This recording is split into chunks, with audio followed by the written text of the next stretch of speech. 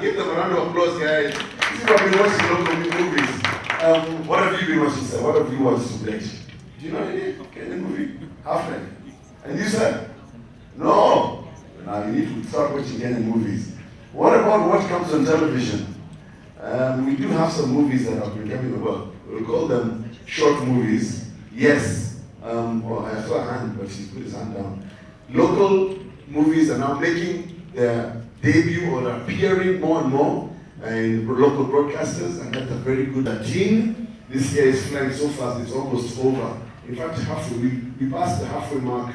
When? Oh, we're passing halfway mark soon, yeah? Yeah, very, very soon. So December is upon us. But that's quite exciting. It means a lot of things are happening. I would like to introduce to you some of the guests that we have here with us. We do have the chairman of the board of the Kenya Film Commission, Mr. Chris Foot, who is here with us. Good morning. Good morning. The current regime, the government, the new government, under President Uhuru Kenyatta, who happens to be in the building actually, is very committed to supporting our cause as the film industry. I need an applause for that. We have never seen such goodwill from the government like we are seeing now.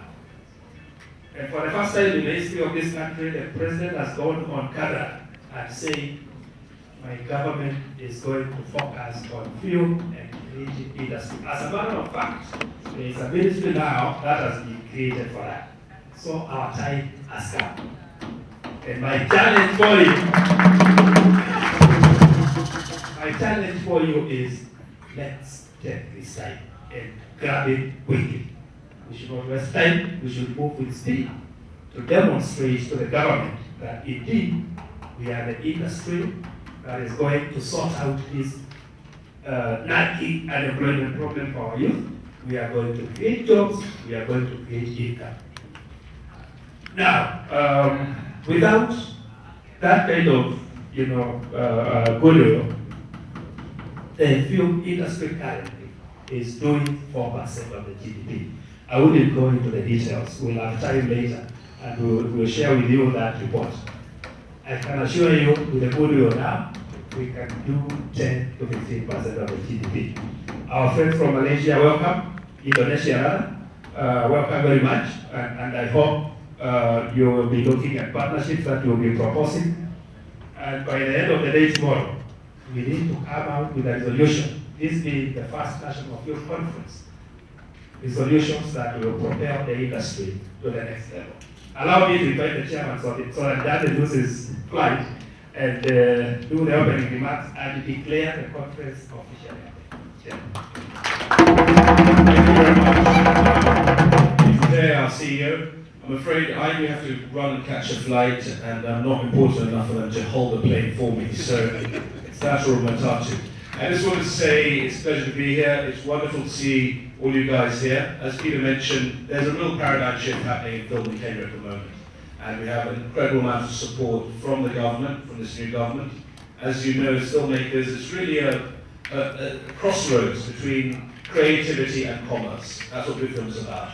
And of course, you go down a little bit, you get into storytelling, you go into characters, script writing, and that whole dynamic is something that hopefully, as you discuss over the next day or two, will come to the fore. We're very keen to make film one of the main economic pillars of the country.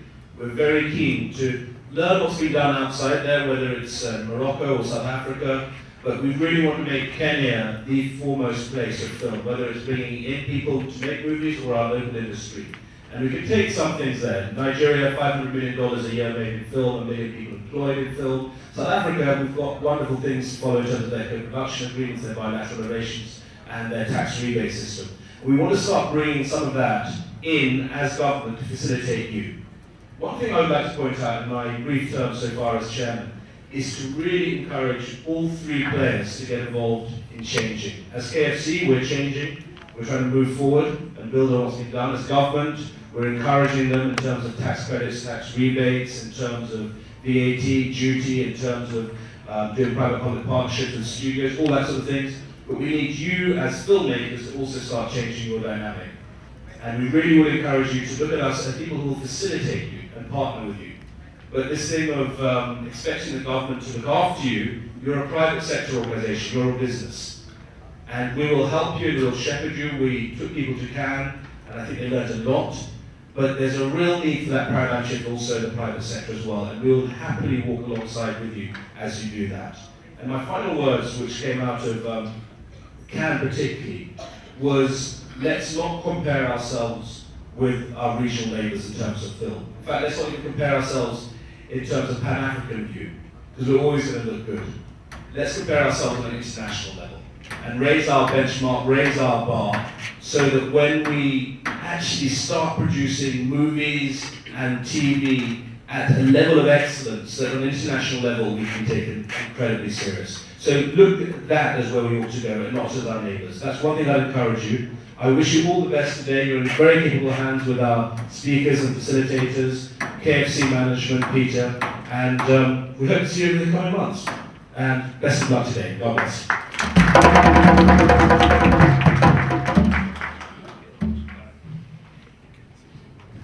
Thank you. We will let the chairman go. We want to move together as an industry and demonstrate to this country that there is more in filmmaking than in farming.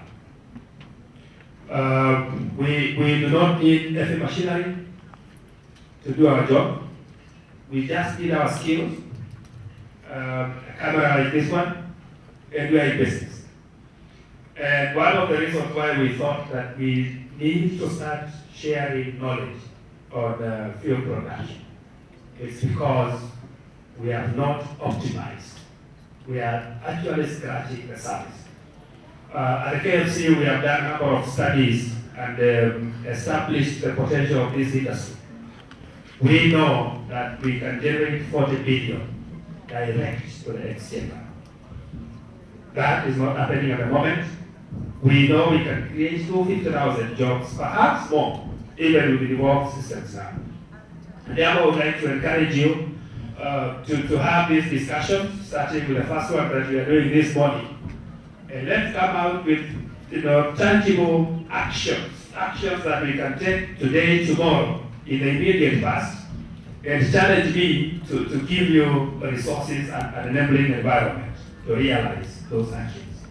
It will be my pleasure to do that. I don't feel enough challenge. I know we'll be talking about finance, field fund, and stuff like that. Yes, that's an issue.